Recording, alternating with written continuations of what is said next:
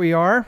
We are back with Marzella. Yay. Congratulations. What I thought we would do today is do a follow-up with you. Okay. Because so far I want to let people know that what we've done is we met at the office building. Yes.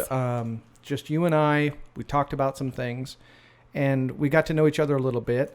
You came out and did the podcast. That was the first real estate training, or at least even talking about real estate training. Mm-hmm. Then you came back to our offices, and we probably met for another 30, 40 minutes. Mm-hmm. And I gave you a little session of what to look like. What to look for, not to what to look like. What to look for in real estate. We came back. You have a transaction that's going on. Yes. So you had one that you were thinking about for so long. And so you come back and we talk about that deal. And here we are today. Does that pretty much encompass what we've done so far? Doing a follow-up. So we've done maybe an hour's worth of training, maybe an hour and a half worth of training. Mm-hmm. Okay. So let's talk about the transaction that you have right now. And I'm going to roll a little bit of a clip when we edit this in. I'm going to roll a clip of what it looked like on the outside. Because what we did is we also went to the site. You found this deal. We talked to the agent.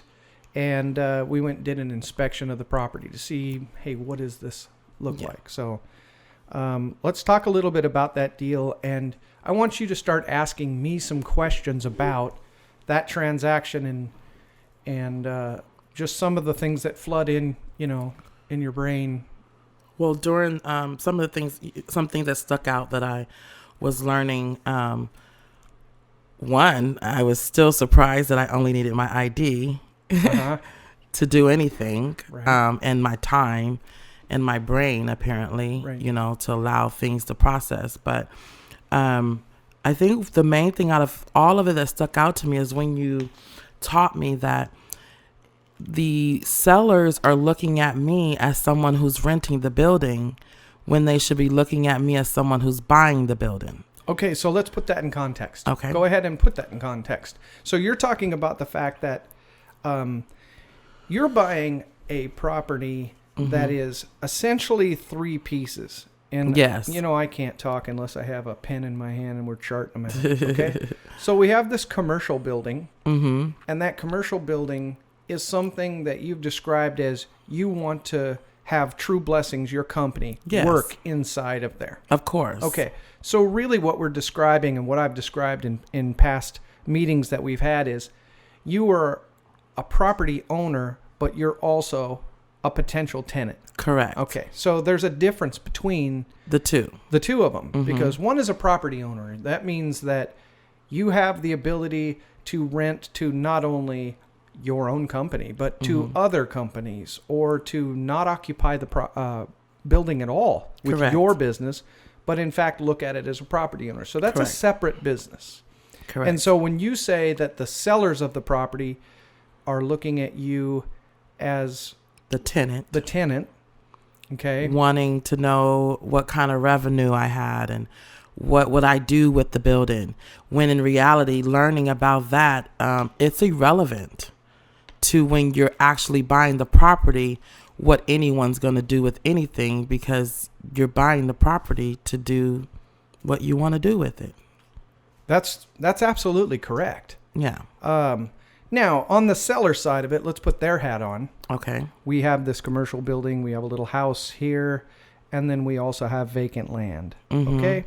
So with those, now they're choosing a buyer. If you had all cash and you just came in and whether that was financed cash or your own money, and you set it down and paid them off in full, that wouldn't really be any of their business at all what you're going to do with it. Correct. You could turn it into anything you wanted to. But we're not asking them to do that. We're saying to them, we're going to come in, purchase this from you, and as a part of the purchase and sales, a part of the structure, we're going to have payments be given to the seller for just a portion of the purchase price. So I understand the seller's position of wanting to know what your plan is. So it's really a double double-edged sword here because they want a company like you to True be blessings. in that. Yeah, they want that company. And that's there. understandable as well. Mm-hmm. Yeah, they want that building to serve the community in and around because they own other properties near it. And because that's what they built that commercial building for. They built it so it could be a youth, I want to say youth shelter or something like that. Or, Yeah. So they want an agency that is going to, resume those same goals that they had in mind for the building. And that's really why they want True Blessings in there. Right. And we want to give them that. Sure. But we also want to be in position as owner of the property. Right. And you have to be able to make decisions as the owner of the property. You have to be able to make decisions that if True Blessings can't bring in income, let's say businesses are highly susceptible to changes in the economy. Okay. So you described earlier you worked at a furniture store. Right? Yeah. So, for instance, at the furniture store, I'm sure that at the year's end when people got their tax returns back, that business did better, or in certain times of sales, than if it was the economy wasn't going as well. And let's say 2008, that time period where people weren't working as much, they weren't selling as many consumer goods and those type of things. So your business, True Blessings, in this building is susceptible to certain aspects of the economy. Right. As the building owner, you have to make that decision whether you would like to take on new tenants and lease new space in the building to somebody else. I had a building that I housed my office in, and the building was too large for just the staff that I would have in my offices. So I leased out other spaces in the building to other tenants that I thought would complement my business. Yes. And that's basically what we've talked about in other meetings, that if you have True Blessings in there and there is going to be maybe childcare in there, that doesn't have to be run by you, but you could lease that space out. And as a property owner, now you say, okay, this is going to take up X amount of my mortgage that I have on this property and the payments. And that came out in the potential Tennessee revenue that I sent to you as well. And we also have other plans. Right now we run the youth program on Saturdays. Well, we do want to run that youth program 5 days a week and cut out Saturdays. But there's no way where to do that 5 days a week. Right. So when you have your own place, you'll be able to do that. You'll be able to expand those services to the community a little bit more than I am able to do from my home or from a spot that we lease on Saturday.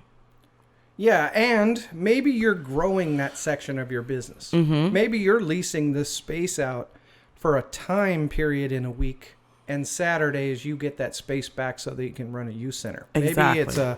Maybe it's a daycare during the week, and on the week, there's that give and take that you can do, and you get to look at that as the business owner as well as a property owner. So and those are two hats. We want the building to be multi-use.